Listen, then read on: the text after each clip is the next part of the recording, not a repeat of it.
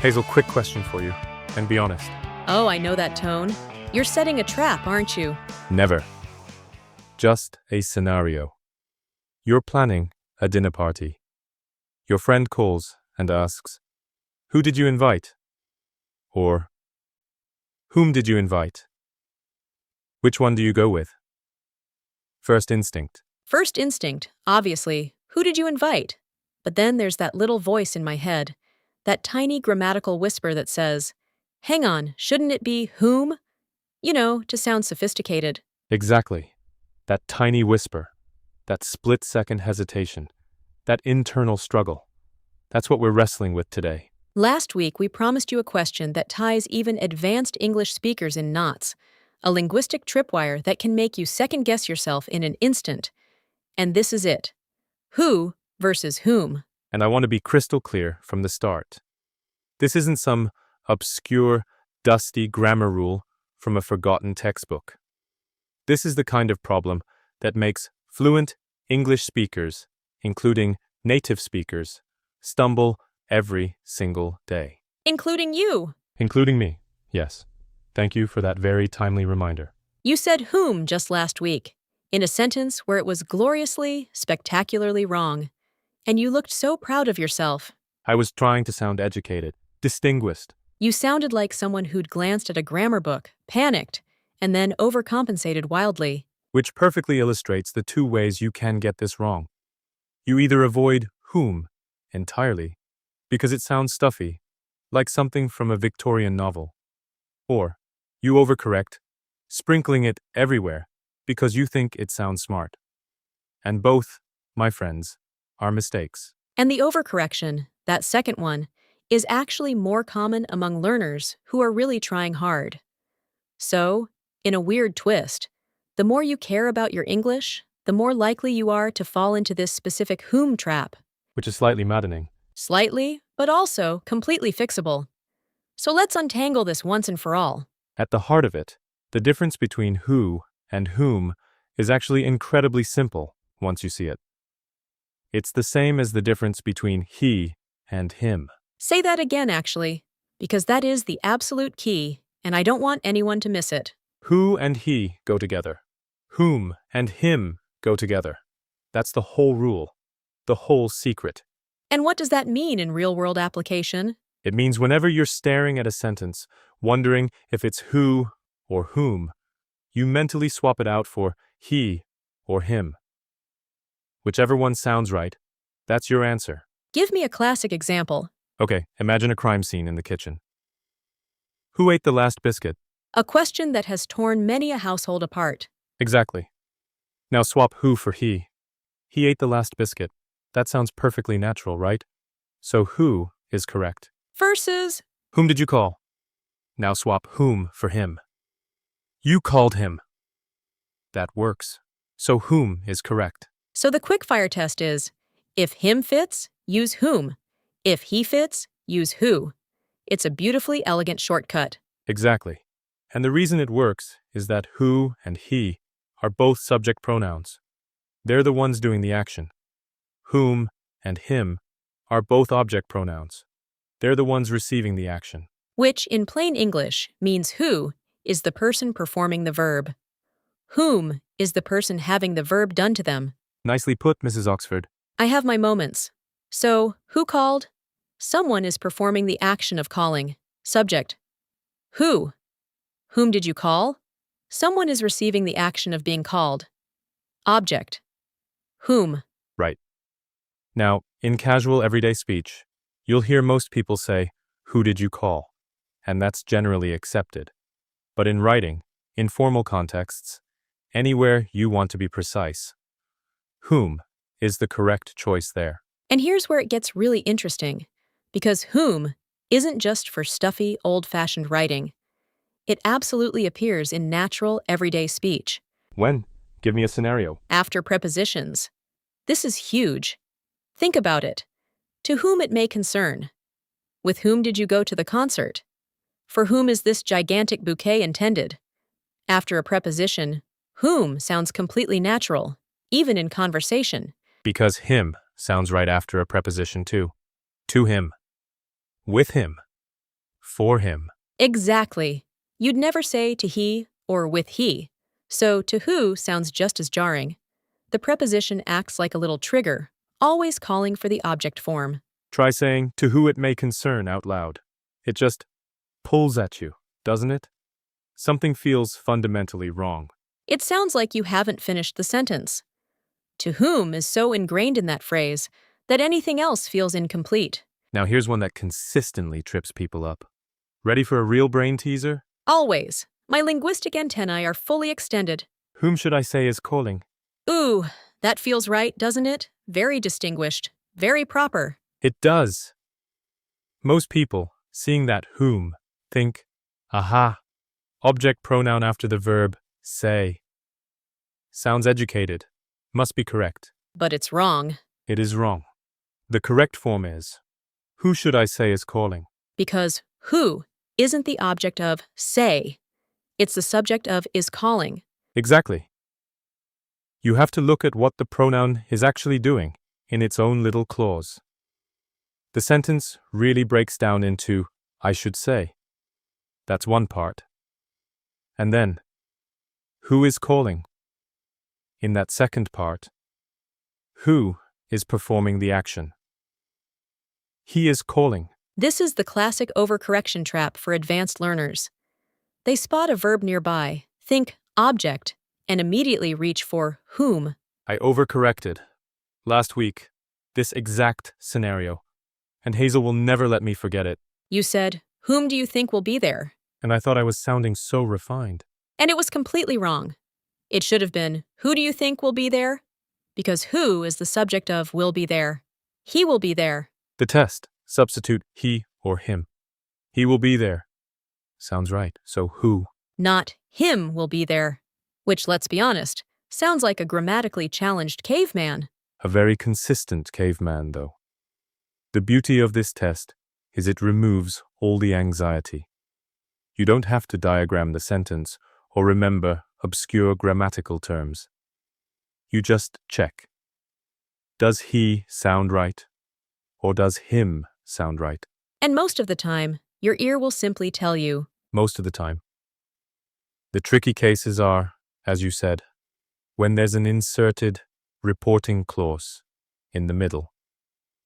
Like, who do you think said that? Your gut might say, whom, because of do you think. But do you think is like a little parenthetical aside.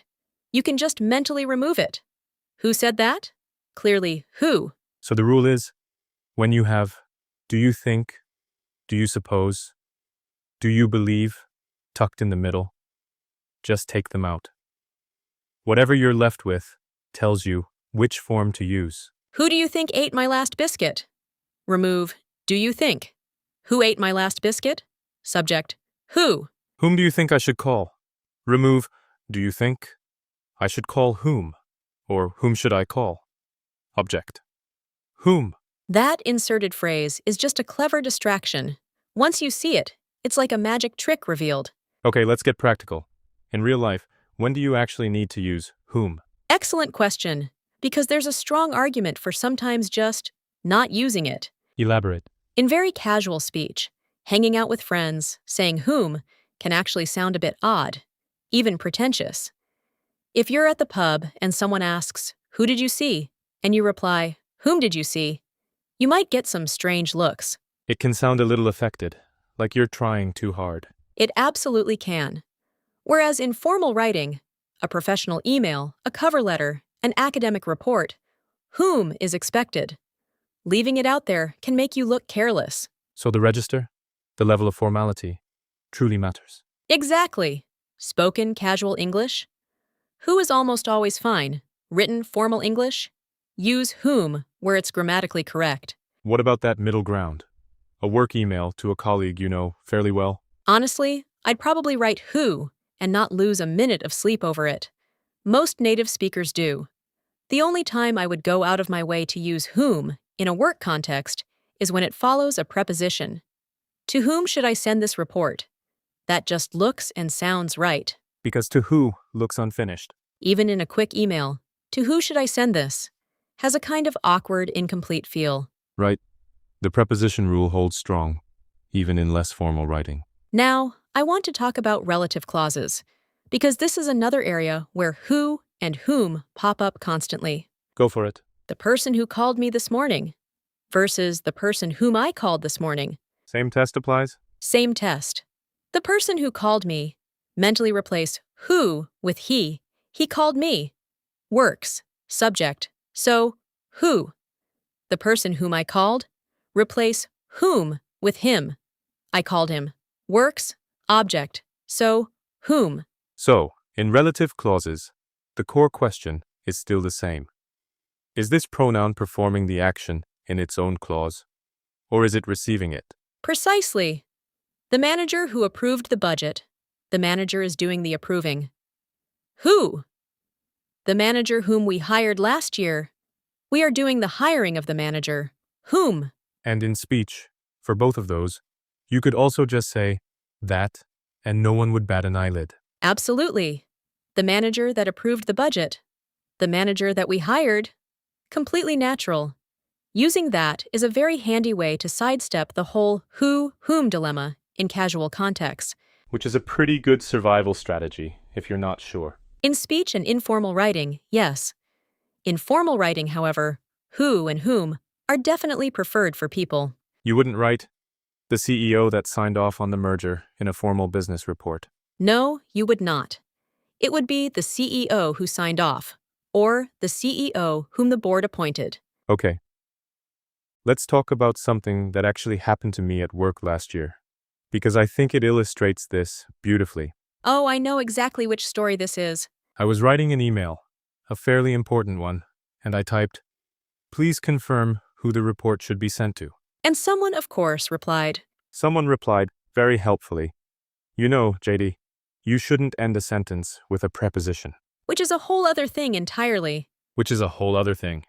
So, trying to be correct, I changed it to, "Please confirm to who the report should be sent." Ooh. And I felt so smug for about 4 minutes. Because the actually correct answer was, "Please confirm to whom the report should be sent." Preposition 2. So object pronoun whom. but at least you moved the preposition.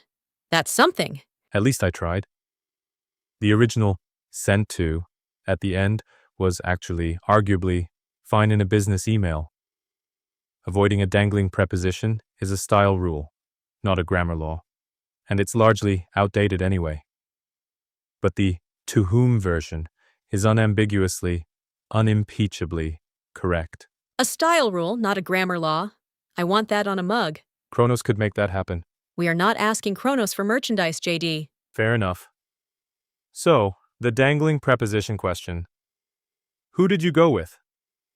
Technically, you could say, with whom did you go? But in real life, Who did you go with?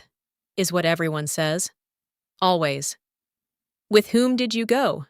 Sounds like you just stepped out of a very old, very dusty drawing room novel. or a very impressive academic giving a lecture. Both very specific images. Both. For everyday English, who did you go with is completely natural. That preposition at the end isn't wrong. The rule against it was never a genuine grammatical rule. It was a 17th century affectation, a kind of snobbish quirk that got picked up by school teachers. It was actually invented by someone trying to make English grammar conform to Latin grammar. And Latin doesn't allow split prepositions, so the rule got awkwardly shoved into English. A language that is very much not Latin. Precisely. Winston Churchill is often, possibly apocryphally, quoted as saying, "This is the sort of English up with which I will not put." Making brilliant fun of how utterly ridiculous it sounds to avoid the dangling preposition at all costs. Exactly. So, who did you speak to? Perfectly good English. To whom did you speak? Also correct, and more formal. And whom did you speak to?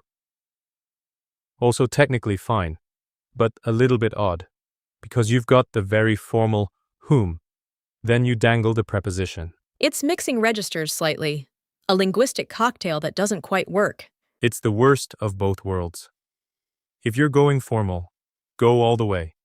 To whom did you speak? If you're going casual, who did you speak to? completely natural. Commit to the register. That's very good advice. Not just for grammar, for life. Commit to the register. New mug?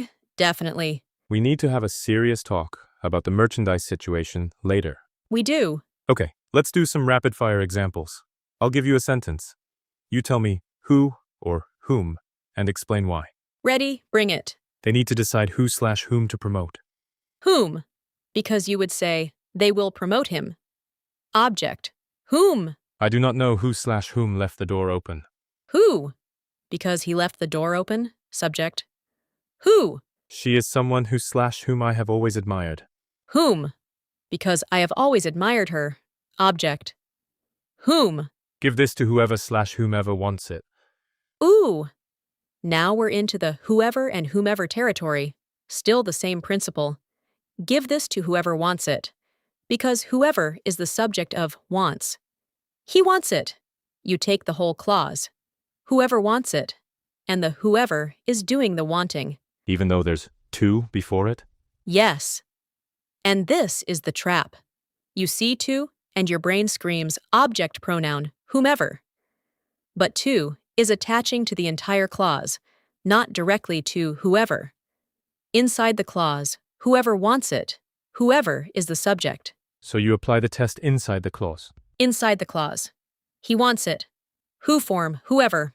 What about give this to whomever you choose? Now that is whomever, because you choose whomever. You choose him, object, whomever. Beautiful. The test holds. The test always holds. That's the power of it. It's not a rule you memorize and hope for the best. It's a living test you apply in the moment, every single time. And you get immediate feedback. Exactly. He or him? Say it out loud. Your ear, your linguistic instinct will often tell you. This is also why we always encourage shadowing. Actually saying sentences out loud, not just reading about grammar. Because the he/him test only really clicks when you can hear it. Yes. You can read this rule 100 times, but the moment it lives in your mouth, the moment you start substituting he and him automatically, it becomes instinctive. And that instinct is what native speakers have. Not the explicit grammatical rule. Most native speakers couldn't tell you what a subject pronoun is. But the feel of to he being wrong. Right. We learned it through sheer exposure. You can replicate that process through deliberate practice. Shadowing, repeating, applying the test. All right. One more case, because I think it comes up a lot, and people handle it inconsistently. Relative clauses with a preposition. Like, The company for whom she works. The friend with whom I traveled. The professor from whom I learned the most. these are all formal, all grammatically correct. All use whom because it directly follows a preposition. In everyday speech, how do most people say these? The company she works for. The friend I traveled with. The professor I learned the most from.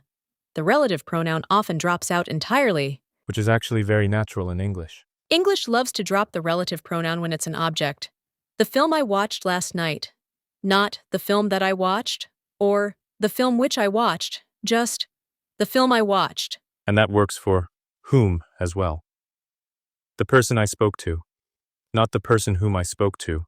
The pronoun just disappears. Which, let's be honest, is a very elegant solution to not knowing whether to use who or whom.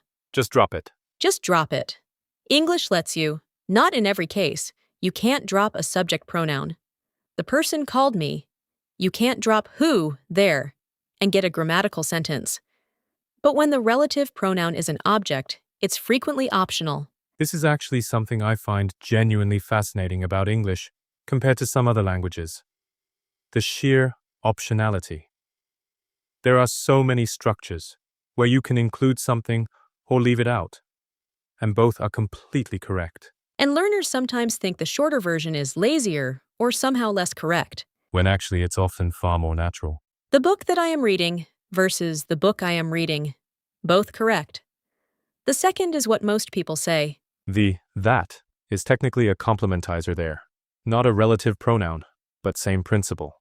It's optional. Look at you with complementizer. I have read things, Hazel. I have read things. Okay. I want to talk about how this question, who versus whom, can feel different depending on where you are from.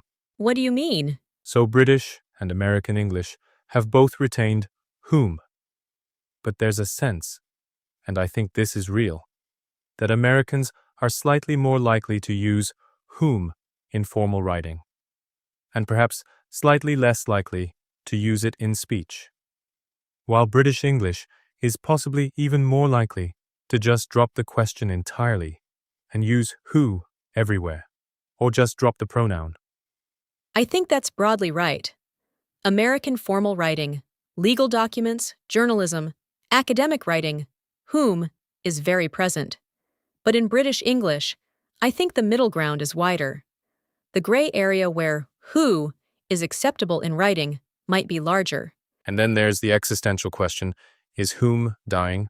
Ah, the prescriptivist nightmare. Some linguists argue that whom is on its way out, that in a generation or two, it may only survive in fixed, fossilized phrases, to whom it may concern, for whom the bell tolls, and otherwise disappear from everyday use. And that's not necessarily a loss. Languages change. The old second-person singular pronoun thou had its own object form, thee. We don't use thou anymore. Nobody wrings their hands about it. Well, some people do. Fair. Some people do wring their hands about thou, but the vast majority have moved on. The question is whether whom is at the same stage. And I think, honestly, not quite yet. It's still expected in formal writing. It still signals care and precision. Getting it right is still noticed in professional contexts. So it's still absolutely worth knowing. It is absolutely worth knowing. Even if you choose to use who everywhere in speech and informal writing, which is a perfectly reasonable choice, understanding why whom exists and when to reach for it gives you control. You're making a deliberate choice rather than just hoping for the best. And that control, that intentionality, is what fluency truly feels like. Yes, it's not about never making a mistake. It's about knowing what the options are, understanding why they exist, and making a conscious choice. Commit to the register. Exactly. If you are writing formally, use whom in the right places. If you are speaking casually, use who everywhere, and absolutely no one will care. If you're somewhere in between, apply the test. Trust your ear. He or him. Say it in your head. Your ear will tell you. Right. Okay. Your challenge for this week. Oh, I like that we're doing a challenge. We always do a challenge. I get excited every time. You get excited about everything, darling. This is true. Carry on. Your challenge this week is to become a whom detective. Listen for it everywhere. In films, podcasts, conversations, anything you're reading. And when you hear whom, ask yourself, does him fit in that slot? Verify the test. When you hear who in a place where whom might be argued, does him fit there? Is this person doing something or having something done to them? Just run the test in your head. And if you find a particularly tricky sentence or a usage that surprised you, share it with us in the comments. Tell us, who or whom did you catch using it correctly or incorrectly this week? And if you want to go a step further, write 3 sentences this week deliberately using whom correctly. Not to whom it may concern, which doesn't count because it's a fixed phrase. 3 real sentences. The person whom I met last week. I do not know whom to call. She is someone whom I trust completely. That third one. Say that out loud again. She is someone whom I trust completely. That's a beautiful sentence. It really is. Whom earns its place there. It adds something. It does. It has a weight to it, a subtle intentionality. She is someone who I trust completely is also fine. But whom, there adds a layer of precision. And that is perhaps the best argument for keeping whom alive. Not that it's a rigid, unbreakable rule, but that it adds something. A slight formality, a deliberateness, that who cannot quite replicate. Language should have options. The more options you have, the more precisely you can say what you mean, and the more carefully you can calibrate exactly how you want to sound. Well said. Thank you. I have my moments. You do? All right. Come back next week, because we are tackling something that I think a lot of listeners have been quietly struggling with, and maybe didn't even know there was a name for it. We are talking about hedging language, the phrases that make you sound confident and thoughtful at the same time. Things like, it could be argued, arguably. It seems to me, I tend to think, the language that advanced speakers use constantly, and that can make a huge difference in how you come across, whether you're in a meeting, writing an essay, or just having a conversation where you don't want to sound like you're stating facts when you are actually stating opinions. There's a big difference between "this is wrong" and "I would argue this is wrong." An enormous difference. Same idea, completely different impact. That is next week on Mr. and Mrs. Oxford. See you then.